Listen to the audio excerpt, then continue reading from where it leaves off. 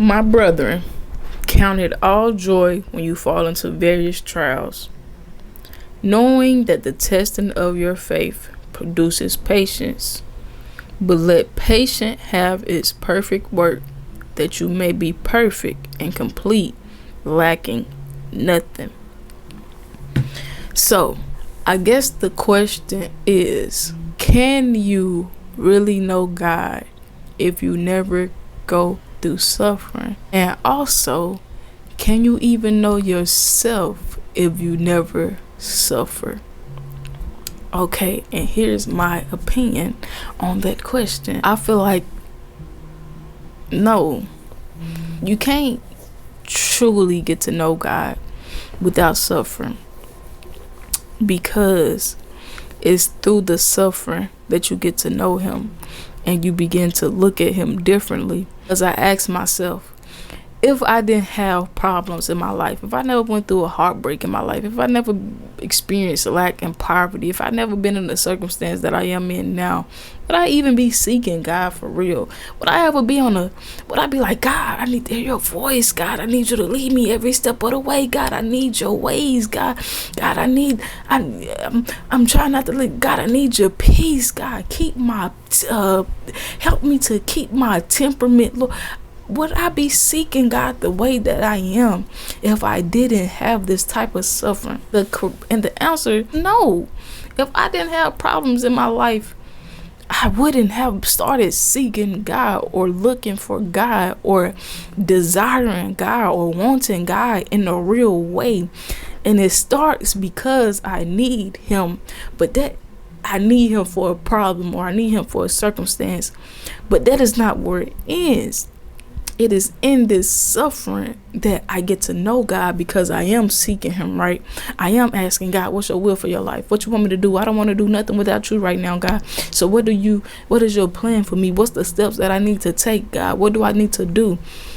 It starts off because of the problem, but the more I get into it, the more I seek him, the more I'm starting to understand the way that he works. The more I'm starting to understand his ways, the more I'm starting to learn the significance of him going to the cross with me. The more I'm starting to learn how he loves me, the more I'm starting to learn him. So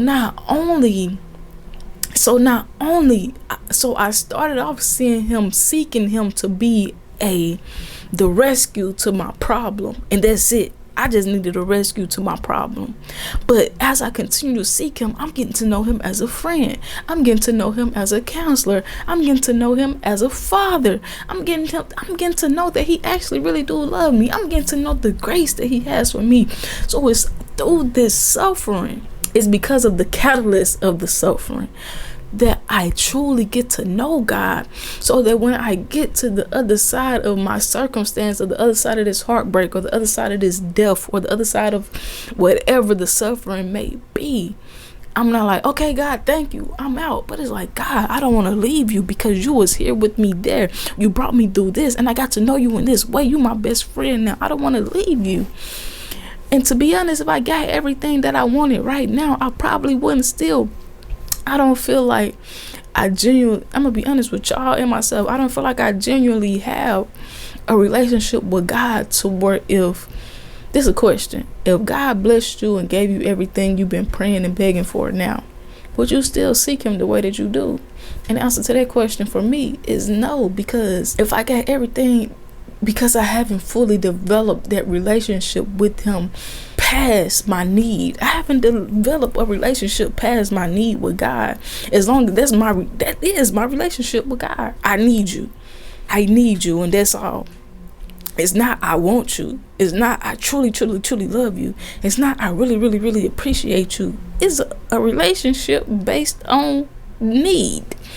And what happens if that need is fulfilled? I no longer need this God if the need is fulfilled.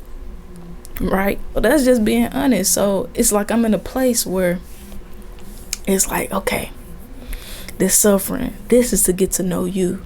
And not only to get to know you for real, but to get to know me and for me to be filled. So even though nobody ever prays to God and say, God, give me suffering, God, give me a problem that I can't solve on my own, that only you gonna solve, and that only give me something very detrimental to happen in my life, God. We don't pray for those things, nor do we want them. But those are the things that's going to actually give us a real, genuine relationship with God. If once we start seeking him, we come to understanding of how the suffering actually works. It said, count it all joy, my brethren. Because once your faith is tested, you will come out whole, perfect, lacking nothing. So now I get this understanding that this suffering, although I don't like the circumstance, I love it at the same time because I know what it's producing.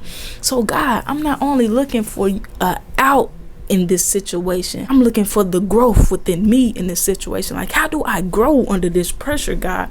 You gave me this pressure, so how do I grow with it? I'm not just, how do I get closer to you during this time in this pressure? What side of you do I get to know in this pressure and during this time? So that is what suffering, I feel like suffering is intended for. And back to the original question, can you truly know God without suffering? I don't think you can. And when you do go through suffering, I think the best thing to do is to get past the need, get past the suffering, get past the circumstances and be like, how can I grow? Go to the Bible and start seeking my current situation. Be anxious for nothing. Be still and know that how do I get to it? Say be still and know, okay, I'm anxious. I'm going too fast. But say I'm anxious, right? Let's say I'm anxious. And that's my suffering. So I need to get to know. So because of my anxiety, I'm seeking God. And then I come past the scripture in Psalms that say, be still and know that I am God. That sounds like an antidote. So how do I be still and know God? Who is God? How do I know God? And knowing the word know means experience. How do I experience God? Okay, I need to start talking to him more. I need to start being with him more. I need to be his friend. I need him to be my father. I need to be my counselor. I need him to be my sounding. I need him to be in every part of my life. So once I know God, I can be still in my situations because I know God. Knowing God is the antidote to anxiety. But if I would have known that I wouldn't have known that if the suffering didn't cause me to seek God.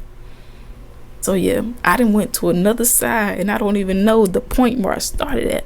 So I'm gonna just end it right here with the same question. Can you get to know God without suffering? Or another way to say this question, if you had a perfect life your whole life, if a person had a perfect life their whole life and never had any problems, could they still have a genuine relationship with God? And so yeah, that's it.